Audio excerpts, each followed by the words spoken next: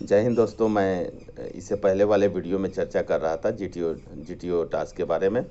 तो individual obstacle में आपका 1 to 10 होता है, मतलब 10 इंडिविजुअल ऑब्स्टेकल होते हैं और 10 इंडिविजुअल ऑब्स्टेकल को करने के लिए आपके पास में 3 मिनट का समय मुकर्रर किया रहता है।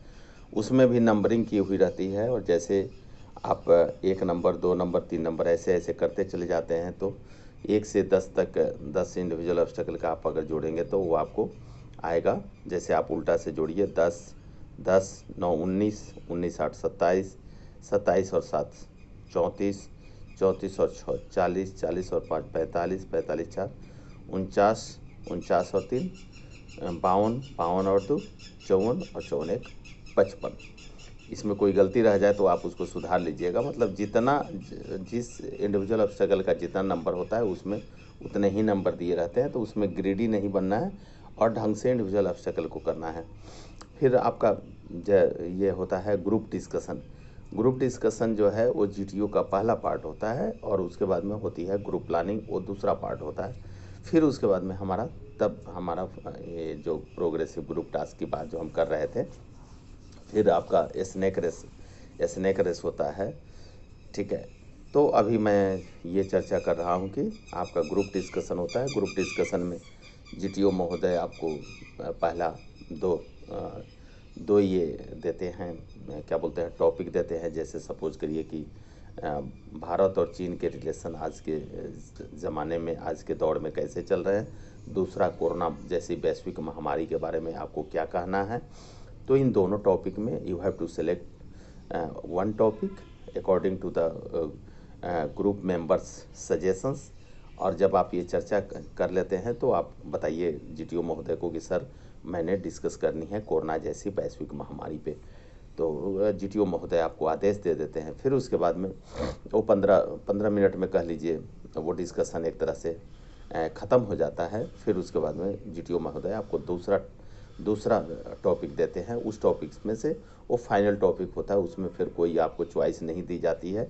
तो वहाँ पे ग्रुप डिस्कशन का फिर अंत हो जाता है। वहाँ पर भी मेरे हिसाब से अगर पूछिएगा तो जब मैं सिलेक्ट हुआ था तो फर्स्ट ग्रुप डिस्कशन में मैं पहला बोलने वाला था और सेकंड ग्रुप डिस्कशन में I was on number 3rd position. मतलब कि आपको इनिशिएटिव लेनी है, ग्रुप को आगे लेके चलनी है, कंक्लूजन पे पहुंचना है।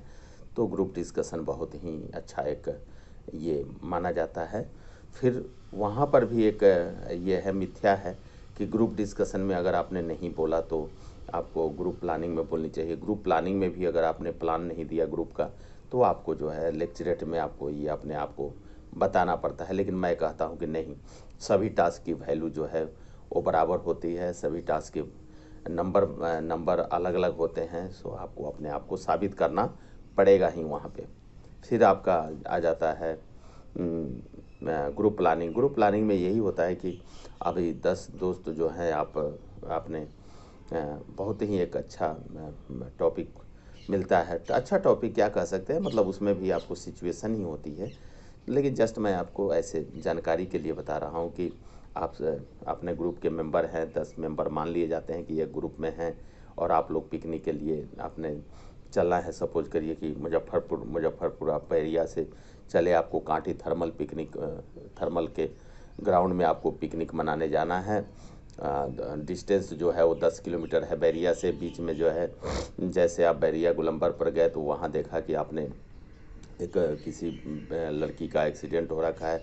दूसरे जो है आप वहाँ से चले तो आपको पता लगा कि नहीं, वो कपरपुरा रेलवे स्टेशन पर जो है वहाँ पे कुछ मिसक्रिएंट जो है फिश प्लेट उन्होंने खोल दिया है वहाँ पे। फिर आपको अवध असम आने वाली है मॉर्निंग में, फिर वो उसका एक्सीडेंट हो जाएगा। फिर जो है आपने देखा कि कांटी थर्मल के कॉलोनी में जो है वहाँ पर कुछ ऐसे लोग हैं जो उसमें पानी टंकी में, थर्मल के कॉलोनी के पानी टंकी में, उसमें उन्होंने जहर डाल दिया हुआ है, पॉइजन डाल दिया होगा। पानी का सप्लाई 7 बजे होगा, ऐसे ऐसे करके होगा और अंत में आपको जो है वो ये देना ही पड़ेगा। आप वहाँ पे आपको उसका सॉल्यूशन देना ही पड़ेगा। तो ये चीज़ें आ जाती हैं। फिर वहाँ पे आपको अपना सॉल्यूशन देना है और अंत में आपको फिर पिकनिक के लिए जाना ही जाना है। ये आ जाती है आपका इसमें। फिर अगले वीडियो में हम चर्चा करते हैं।